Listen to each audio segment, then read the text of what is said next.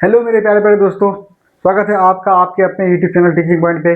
मैं हूं शायर अफरीदी और आज जो मैं आपके लिए सीटेट का कुछ प्रीवियस एज क्वेश्चन लेकर के आया हूं, जिससे पढ़कर या जिसको देखकर आपको ये अंदाज़ा हो जाएगा कि सीटेट में पेपर 1 में किस तरह के सवाल आते हैं मैथ के। अगर उन सवालों को आप हल कर लेते हैं तो आपके आने वाले एग्जाम जो है उसमें आसानी के साथ आप क्वेश्चन को हल कर सकते हैं और पूरा का पूरा नंबर जो है आप लेकर के आ सकते हैं। लेकिन उससे पहले आपको ये अंदाज़ा होना ज़रूरी है कि सीटेट जो है प्रीवियस ईयर्स में किस तरह के सवाल पूछा है और किस तरह के सवाल को वो पूछते हैं। तो चलिए शुरू करते हैं। आज का पहला सवाल है यहाँ पर कि प्रथम 5 धनात्मक आभाज्य संख्याओं का योग क्या होगा। सबसे पहले बोला है कि प्रथम 5 यानी कि शुरू से 5 आभाज्य संख्या। तो हम जानते हैं कि जो आभाज्य संख्या होता है वो शुरू कहाँ से होता है, 2 से होता है। 2, 3, 5, 7, 11 ये आपका आभाज्य संख्या है। तो बोला कि शुरू से कितने, प्रथम 5, ये कितने हो गए, 5 हो गए। 11 के बाद 13, तो हमको लेना है केवल कितना को, 5 को ही लेना है। तो ये क्या है, आभाज्य संख्या है और प्रथम 5 आभाज्य संख्याओं को आपको जोड़ना है। तो हम क्या करेंगे, इन 5 को जोड़ेंगे। 11 7 18, 18 7 कितना होता है, 23 और 3 26 और 2 28। इन सब को जोड़ने के बाद कितना आ जाएगा आपका, 28 आ जाएगा, जो ऑप्शन नंबर सी में दिया हुआ है। और आप देख रहे हैं कि ये सीटेट 2013 में सवाल ये पूछा गया है। यानी कि आप देखेंगे लगभग हर एक एग्जाम में जो है आभाज्य संख्या से संबंधित कुछ ना कुछ सवाल आपसे पूछे जाते हैं। इसीलिए आपको आभाज्य संख्या पता होना बहुत ही जरूरी है। और आभाज्य संख्या क्या होता है कि वो संख्या जिनके सिर्फ और सिर्फ 2 फैक्टर होते हैं, जिनके 2 गुणनखंड होते हैं, जो वो खुद होता है और 1 होता है। उनके अलावा कोई भी अन्य गुणनखंड उसका नहीं होता है, दूसरा कोई फैक्टर उसका नहीं होता है। चलिए आगे बढ़ते हैं। आज का दूसरा सवाल दिया हुआ है कि 1 और 100 के बीच कितने आभाज्य युग्मक होते हैं, यानी ट्विन प्राइम पेयर्स कितने होते हैं, कितने होते हैं 1 से 100 के बीच। मैंने आपको पिछले भी क्लास में बताया था कि 1 से लेकर के 50 तक में कुल कितने होते हैं, 1 से लेकर के 50 तक में कुल 15 आभाज्य संख्या होते हैं और 1 से लेकर के 100 तक में कुल 25 आभाज्य संख्या होता है। इसीलिए जो है 1 से क्या बोला, 1 से लेकर 100 के बीच में कुल कितने आभाज्य युग्मक होते हैं। तो सबसे पहले आपको पता होना चाहिए, सबसे पहले आपको लिखना होगा कि 1 से लेकर के 100 तक में वो कौन कौन सी संख्या है जो आभाज्य संख्या है। वो लिखने के बाद ही आप जो है ट्विन प्राइम पेयर्स यानी आभाज्य युग्मक निकाल पाएंगे। और आभाज्य युग्मक क्या होता है कि जिन 2 आभाज्य संख्याओं के बीच का जो अंतर होता है वो 2 होता है। यानी कि जिस 2 आभाज्य संख्या के बीच का अंतर 2 होगा वही जो आपका ट्विन प्राइम पेयर्स होगा। जैसे कि यहाँ पर कुछ मैंने आभाज्य संख्या लिखे हैं 1 से लेकर 100 तक के बीच में, वो कौन कौन से हैं आप यहाँ देख सकते हैं। देखिए स्टार्ट 2 से होता है, 2 है, 3, 5, 7, 11, 13, 17, 19, 23, 29, 31, 37, 41, 43, 47, 53, 59, 61, 67, 71, 73, 79, 83, 89 और 97। जब इन सब को जोड़ेंगे तो कुल 25 हो जाएगा। और अगर 1 से लेकर के 50 तक की बात करेंगे तो 15 होगा और 51 से लेकर के 100 तक की बात करेंगे तो कुल 10 हो जाएगा। तो अब यहाँ पे देखना है कि ट्विन प्राइम पेयर्स कौन सा है, आभाज्य युग्मक कौन सा है। मैंने क्या बताया आपको कि जिन 2 आभाज्य संख्याओं के बीच में अंतर 2 का होता है। तो हम यहाँ देखेंगे 3 और 5 के अंतर, 3 और 5 का अंतर कितना होगा, 2 होगा। 5 और 7 का अंतर 2 होगा। 11 और 13 का अंतर 2 होगा। 17 19 का अंतर 2 होगा। 29 31 का अंतर 2 होगा। 41 46 का अंतर भी 2 हो जाएगा। 59 61 का अंतर भी 2 हो जाएगा और आपका 71 73 का अंतर भी 2 हो जाएगा। उसके अलावा आप देखेंगे किसी भी संख्या का अंतर जो है के बीच का अंतर यानी किसी भी 2 संख्याओं के बीच का अंतर 2 नहीं होगा। इसलिए जब नहीं होगा तो वो आपका ट्विन प्राइम पेयर्स नहीं होगा। तो जितना भी जिनके भी बीच का अंतर 2 होगा वही आपका ट्विन प्राइम पेयर्स हो जाएगा। 1 हो जाएगा, 2 3 4 5 6 7 8। तो अब हमको बताइए आपकी 1 से लेकर के 100 तक के बीच में कुल कितने ट्विन प्राइम पेयर्स होते हैं, कुल कितने आभाज्य युग्मक होते हैं, 2 कितने होते हैं, सॉरी 8 होते हैं। कितने होते हैं, 8 होते हैं। ठीक है, तो इसका आंसर जो है वह कितना हो जाएगा आपका, कितना होगा इसका आंसर, 8 हो जाएगा। यानी कि कुल 1 से लेकर 100 तक कितने होते हैं, 8 ऐसे जोड़े होते हैं जिनके बीच सिर्फ 2 का अंतर होता है। चलिए आगे बढ़ते हैं। अगला क्वेश्चन है यहाँ पर कुछ अंक दिया हुआ है। ये अंक दिया हुआ है 80316 का प्रयोग करके 5 अंकों की सबसे छोटी संख्या लिखिए। ये कुल कितना अंक हो गया, 5 अंक हो गया। अब कह रहा है कि इनका इस्तेमाल करते हुए आपको सबसे छोटी संख्या लिखना है। तो मैंने बताया था कि सबसे छोटी संख्या लिखने के लिए आप छोटा से आप यानी कि आप छोटा से आप बड़े की ओर जाते हैं। अगर आपको बड़ी संख्या निकालने के लिए बोले तो आप बड़े से आप छोटे की ओर आते हैं। तो यहाँ पे क्या बोला है, छोटी संख्या बोला है। अगर आपको बड़ी संख्या बोलता तो पहले किसको लिखते हैं, 8 को लिखते हैं, फिर आप 6 को लिखते, फिर 3 को लिखते, फिर 1 को, फिर 0 को। तो ये आपका बड़ा संख्या हो जाएगा। लेकिन छोटी संख्या बोला है, तो अब देखिए आपके मन में आएगा कि छोटी संख्या तो 0 है, क्या 0 1 3 6 8 इसको हम लिख सकते हैं? तो इसको आप नहीं लिख सकते हैं, क्योंकि जब भी किसी संख्या से पहले 0 आ जाएगा तो उस 0 का कोई वैल्यू नहीं होता है। तो फिर जब 0 का वैल्यू नहीं होगा तो सिर्फ और सिर्फ कितनी संख्या हो जाएगा, 4 हो जाएगा। लेकिन हमको यहाँ मांगा है 5 अंकों की, इसलिए जब हम 0 को काउंट नहीं करेंगे तो हम 1 को काउंट करेंगे, 1 हो जाएगा। तब हम 0 को लिखेंगे 1 0 3 6 और 8। तो ये जो है 5 अंकों की सबसे छोटी संख्या हो जाएगा, जो अंक आपके यहाँ पे दिए हुए हैं। यानी इनका ये प्रयोग करते हुए 10368 कहाँ पर है, 10368 जो ऑप्शन नंबर सी में है, इसका आंसर ये हो जाएगा। ठीक, अब देखिए अगला क्वेश्चन दिया हुआ है, कुछ रोमन नंबर दिया हुआ है कि रोमन संख्या M D C L को हिंदी अरबी संख्या में लिखिए। तो सबसे पहले कि देखिए ये हिंदी अरबी संख्या क्या होता है कि जैसे आप पढ़े होंगे कि जैसे बचपन में आप लिखते हैं कि 10 लिखते हैं ऐसे, इसका वैल्यू कितना होता है, आपको 10 लिखते हैं। तो ये आपका रोमन नंबर है और ये आपका क्या है, हिंदी अरबी संख्या है, जिसको आप, ठीक है। तो कह रहा है कि जी ये जो आपका दिया हुआ है रोमन नंबर में दिया हुआ है, इसको आपको इसमें लिखना है। तो सबसे पहले बात, अगर हम 1 लिखते हैं तो 1 ऐसे होता है जिसका वैल्यू भी आपका 1 होता है, ठीक है। अगर 5 की बात करें तो वी क्या आकार वी होता है, इसका वैल्यू 5 होता है। अगर x की बात करें इसका वैल्यू 10 होता है। अगर हम किसकी बात करें, l की बात करें, इसका वैल्यू आपका 50। अगर हम c की बात करें इसका वैल्यू 100 होता है। अगर हम d की बात करें इसका वैल्यू 500 होता है। अगर हम m की बात करें इसका वैल्यू 1000 होता है। तो इन कुछ बातें हैं, इसको आपको याद रखना जरूरी है कि देखिए ये तो यहाँ तक तो आपको पता ही है, ये 3 तक। लेकिन L का वैल्यू 50 होता है, C का मान 100 और D का वैल्यू 500 और M का वैल्यू आपका 100 यानी कि 1000 होता है। अब यहाँ पर बोला है कि इनका इस्तेमाल करते हुए यानी कि इसको आपको क्या करना है, हिंदी अरबी संख्या में लिखना है। तो अब देखिए M का वैल्यू कितना हो जाएगा आपका 1000 आपका हो जाएगा, और D का वैल्यू 500 और C का वैल्यू कितना होता है, C का वैल्यू 100 और L का वैल्यू 50। जब इन सभी संख्याओं को हम जोड़ेंगे तो कितना होगा, 0 5 5 और 1 6 और 1 1 1650।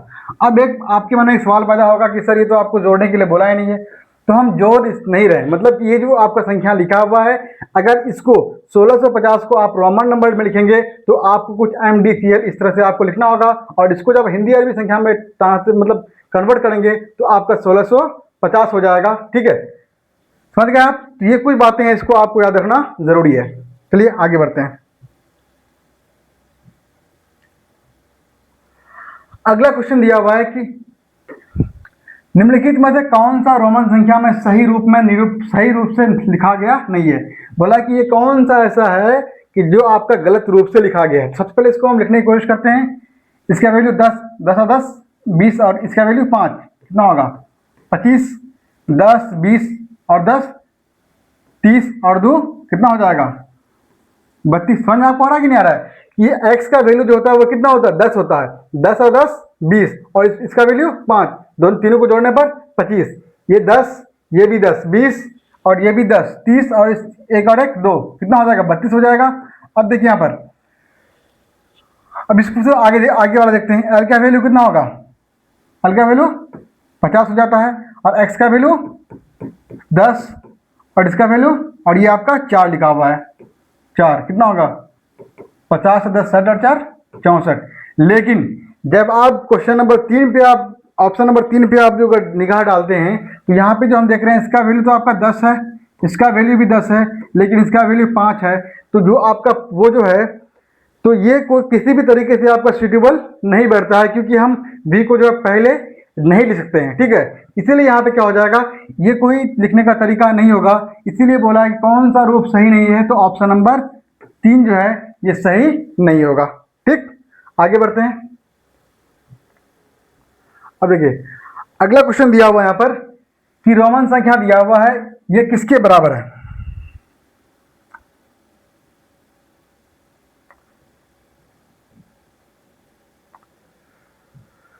क्या बोला है कि ये जो है किसके बराबर है।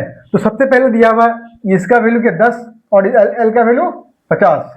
अब देखिए इससे पहले जो है यानी 50 से पहले अगर एक्स को लिखते हैं जिसका वैल्यू 10 होता है, इसका मतलब 50 में से हम 10 को माइनस करेंगे। यानी कि अगर आप एल लिखते हैं, एल का वैल्यू 50, इसका वैल्यू 50, अगर एल के बाद अगर हम एक्स को लिखेंगे तो 50 में हम 10 जोड़ेंगे, इसका वैल्यू 50, इसका वैल्यू 10, तो कितना हो जाएगा, ये सेट हो जाएगा।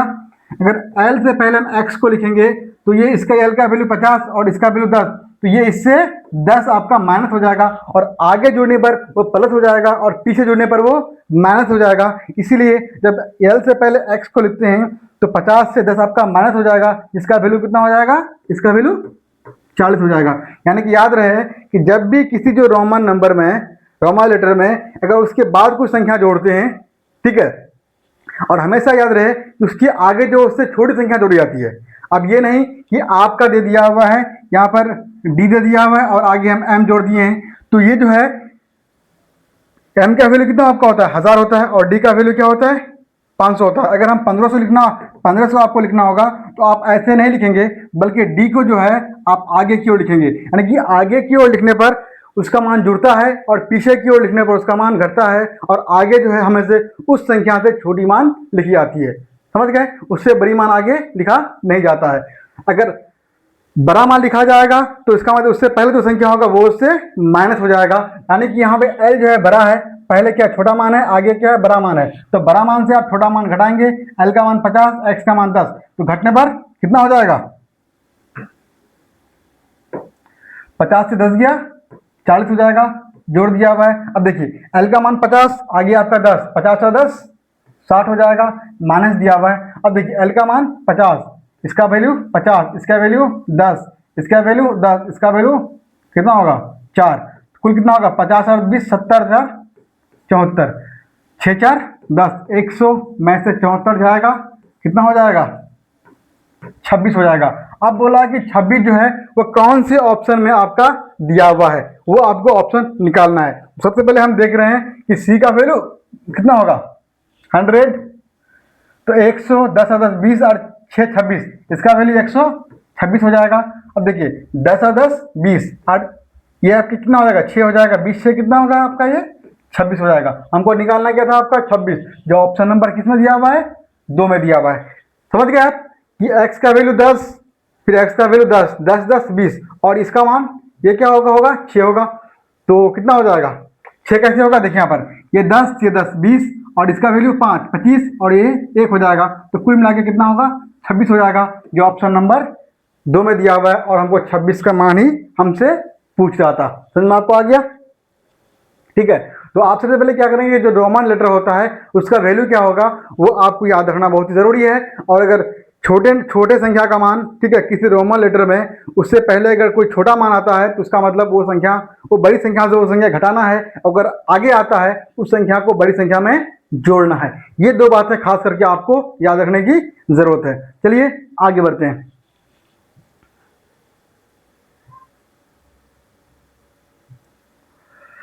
अब देखिए यहां कहा गया कि 25 मिलियन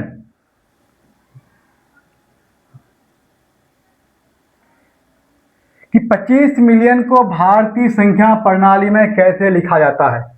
अब देखिए मिलियन और बिलियन आप अक्सर नाम जानते होंगे कि मिलियन एक क्या होता है, मिलियन होता है, एक आपका बिलियन होता है। अब देखिए मिलियन छोटा होता है, बिलियन आपका बड़ा होता है। सुने होंगे कि कोई आदमी जो है बिलियनर हो जाता है, उसके बाद फिर आपका बिलियनियर में होता है। अभी आप सुने होंगे जो टेस्ला के मालिक है क्या एलन मस्क, वो अभी आपका ट्रिलियनर हो गया है। ठीक है, तो अब देखिए मिलियन का मान क्या होगा कि 10 के पावर जो है 6 होता है, यानी 1 मिलियन पूछे कि 1 मिलियन क्या होगा तो आप कहेंगे कि 10 टू द पावर 6 होता है। अगर आपका 1 बिलियन पूछे तो आपका 10 टू द पावर 9 होता है। समझ गए आप? उस तरह से आपका जो भी आएगा आगे उस तरह से उस रूप मतलब क्या 3 के मल्टीपल में आप गुना करते जाएंगे। तो यहाँ पर जो मिलियन जो होता है 1 मिलियन बराबर 10 टू द पावर 6, मतलब इस 10 टू द पावर 6 का मतलब क्या होता है पता है आपको? यानी कि 10 पर 6 जीरो नहीं हो सकता कि आपके मन में सवाल ये हो आता होगा कि यहाँ पर 10 दिया हुआ है तो 10 में कितना पावर 6 है, तो हम 1 2 3 4 5 6 करेंगे तो ये आपका रॉन्ग हो जाएगा। ये 10 टू द पावर 6 का मतलब 10 पर 6 जीरो नहीं बल्कि 1 पर 6 जीरो होता है। कितने पर? 1 पर 6 जीरो होता है। 1 2 3 4 5 6, समझ गए? वहीं पर 10 टू द पावर 9 है, इसका मतलब होता है 1 पर जो होता है 9 जीरो होगा। ठीक है, 10 पर 9 जीरो नहीं होगा। हो सकता है किसी के मन में चलता होगा कि 10 दिया हुआ है उसकी पावर 9 दिया हुआ है तो 10 पर हम 9 जीरो लगा देंगे। 10 पर नहीं, वो क्या होगा 1 पर होगा। अगर मिलियन पूछे तो 1 पर 6 जीरो, बिलियन कहे तो 1 पर 9 जीरो। ये चीजें आपको याद रखने की जरूरत है। चलिए अब हम यहाँ देखते हैं, यहाँ कह रहा है कि 25 मिलियन में 25 मिलियन को भारतीय संख्या में बदलना है। अब देखिए 25 हो जाएगा। अब 1 मिलियन बराबर, यानी कि ये जो वैल्यू है किसके बराबर है? 1 मिलियन का, यानी कि 1 बिलियन का। 1 मिलियन का वैल्यू 10 टू द पावर 6, तो 25 को हम 10 के पावर 6 से गुना कर देंगे तो हो जाएगा 25 पर कितना जीरो हो जाएगा? 1 पर 6 जीरो, तो 25 को आप 1 से गुना करेंगे तो 25 ही हो जाएगा, तो 25 पर 6 जीरो आ जाएगा।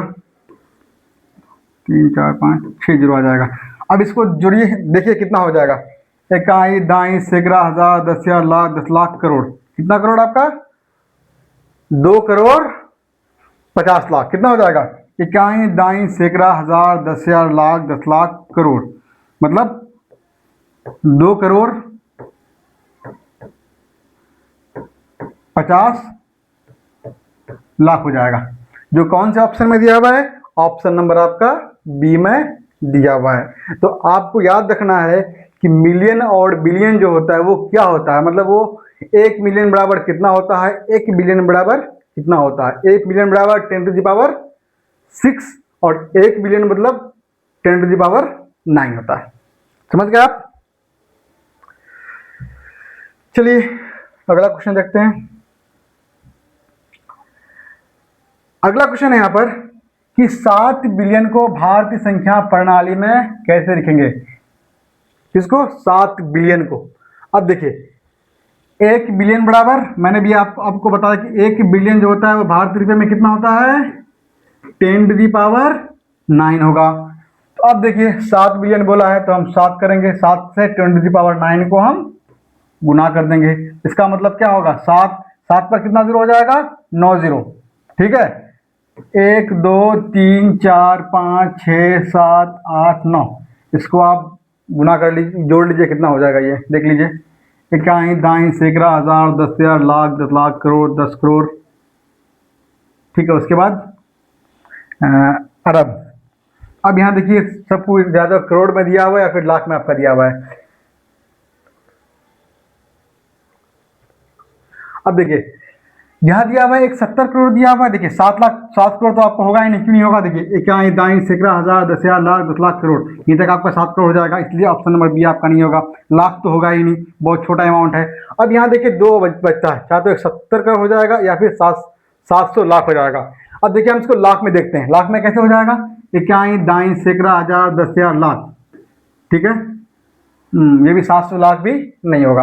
अब मेरे पास एक ही ऑप्शन बचता है, ये भी आपका नहीं होगा। इकाई दाई सैकड़ा हजार 10,000 लाख 10 लाख करोड़। ठीक है, और ये 10 करोड़ तो क्या होगा? 70 करोड़। तो ये आपका 700 करोड़ हो जाएगा। कितना होगा?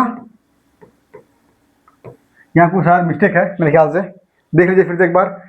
देखिए ये इकाई हो गया, दाई सैकड़ा हजार 10,000 लाख 10 लाख करोड़। ठीक है, यहाँ तक आपका करोड़ हो गया। अगर यहाँ पे कोई संख्या दिया होता, मान लीजिए 1 दिया होता तो आपका 1 करोड़ हो जाता। अगर मान लीजिए यहाँ पर आपका 2 दिया होता तो 21 करोड़ हो जाता। अगर यहाँ पे आपका 7 दिया होता तो 721 करोड़ हो जाता। लेकिन मान लीजिए कि 2 और 1 की जगह आपका 0 दिया हुआ है तो 721 करोड़ की जगह नहीं बल्कि ये 700 करोड़ हो जाएगा। जो ऑप्शन नंबर किसी में दिया हुआ नहीं, तो यहाँ पे आप एक 0 बैठा देंगे। समझ गए आप?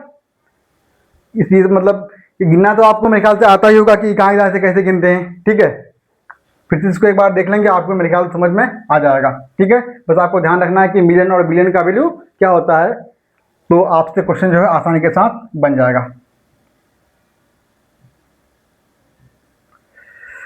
अब देखिए अगला क्वेश्चन यहाँ पे दिया हुआ है, कुछ अंक दिया हुआ है। अंक क्या है?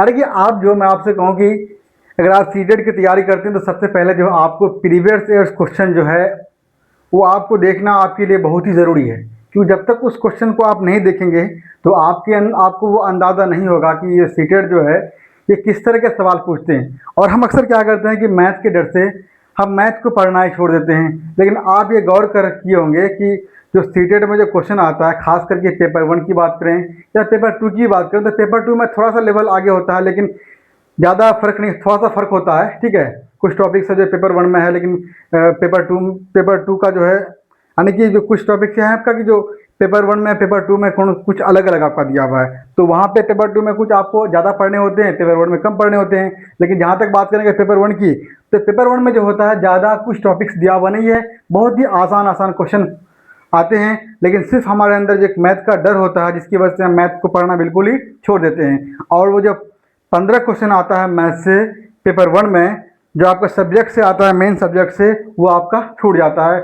वहाँ आप क्या करते हैं, आप पहले ही अपने मन में बैठा लेते हैं कि हमको तीर तुक्का लगा के हमको क्वेश्चन को बना देना है। जब आप घर आते हैं तो आप मिलाते हैं कि आपका पेडागोजी में तो कुछ नंबर आपके आ जाते हैं, लेकिन जब सब्जेक्ट में आते हैं 15 नंबर में, तो 4 नंबर 5 नंबर में आप रह जाते हैं, और जिसकी वजह से आपका selection 2 number 4 number 5 number 1 number 2 number इस तरह से आपका सिलेक्शन नहीं होता है, क्योंकि आप वहाँ पे किसी एक सब्जेक्ट को पूरा का पूरा माइनस नहीं कर सकते हैं। हाँ, थोड़ा कम आए थोड़ा अधिक आए तो चलेगा, कोई दिक्कत नहीं, लेकिन आप सोचेंगे कि उस सब्जेक्ट के बगैर ही एग्जाम को क्वालिफाई कर लेंगे।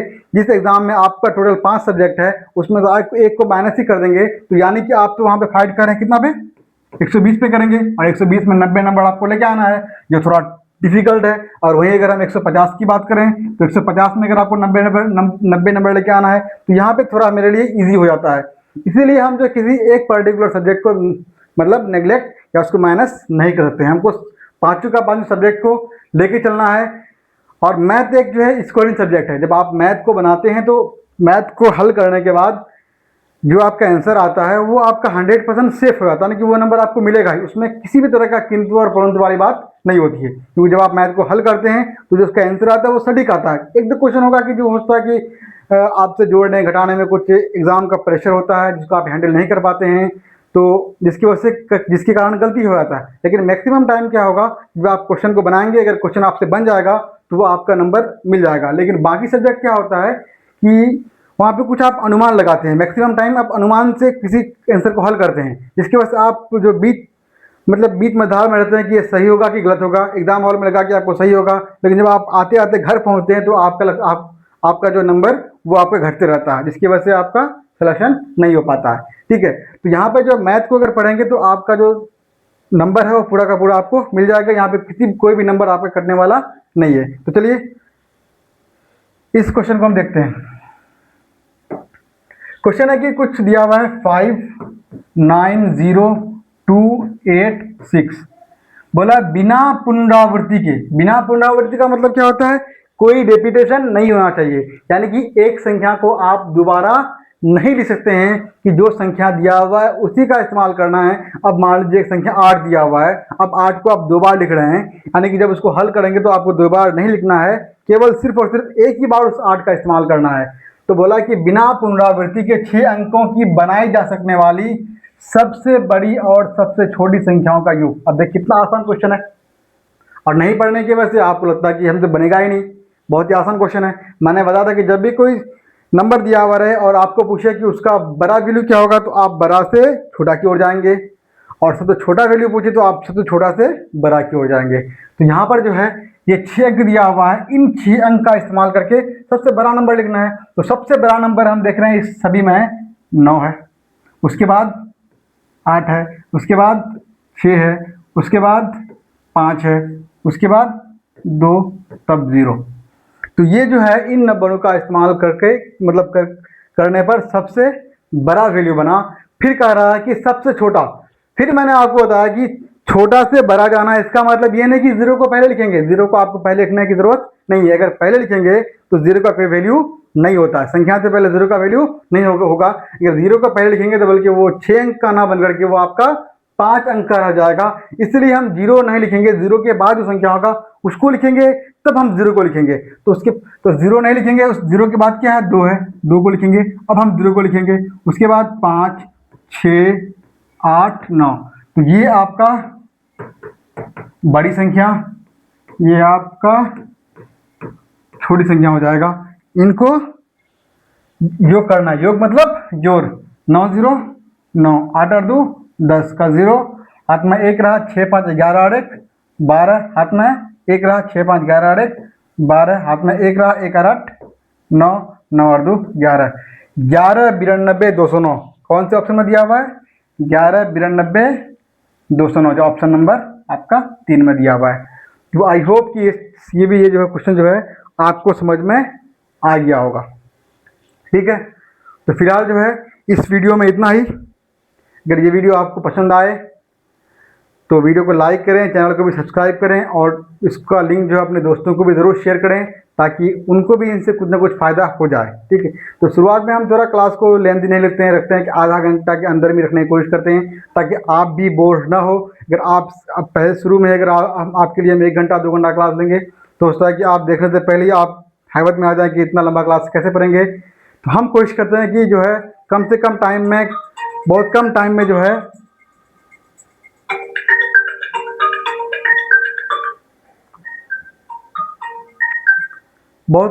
जो है मतलब आपको सवाल को हल करने की कोशिश करते हैं ताकि आपके अंदर कोई भी बोरियत पैदा ना हो। फिलहाल इस वीडियो में इतना ही। आप सभी का बहुत बहुत धन्यवाद।